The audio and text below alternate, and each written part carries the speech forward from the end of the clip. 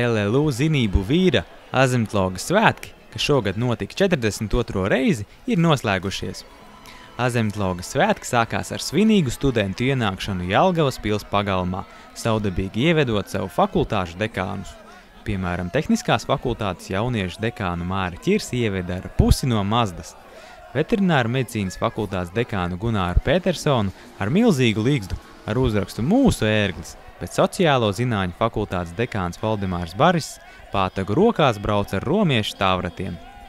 Šogad svētku devīze bija Viktora Igo domu grauds, lai veidotu nākotni, nekas nav tik nepieciešams kā sapnis par to.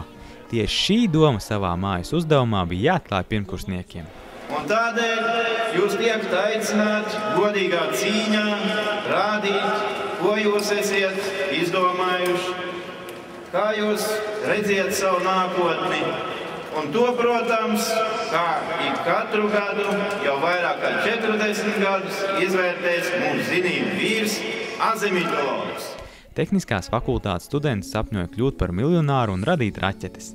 Topošie meža nozares speciālisti sapņoja par studijām LLU.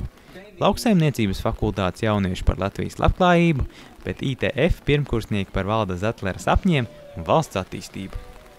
Veterināra medicīnas fakultātes studenti izsapņoja vetkopteri, apspēlējot seriāla Medikopters helikopteri, kas palīdzētu ievainotiem dzīvniekiem. Ekonomikas fakultātes studenti ģērbušies kā bites, pa vienai pildīja šūnas un pierādīja, ka katra bite, katra šūna kopā veido vienu lielu stropu. Savukārt lauku inženieru fakultātes studenti izspēlēja ainiņu par vidusskolēnu, kurš nevar izlemt, uz kuru augstskoliet studēt.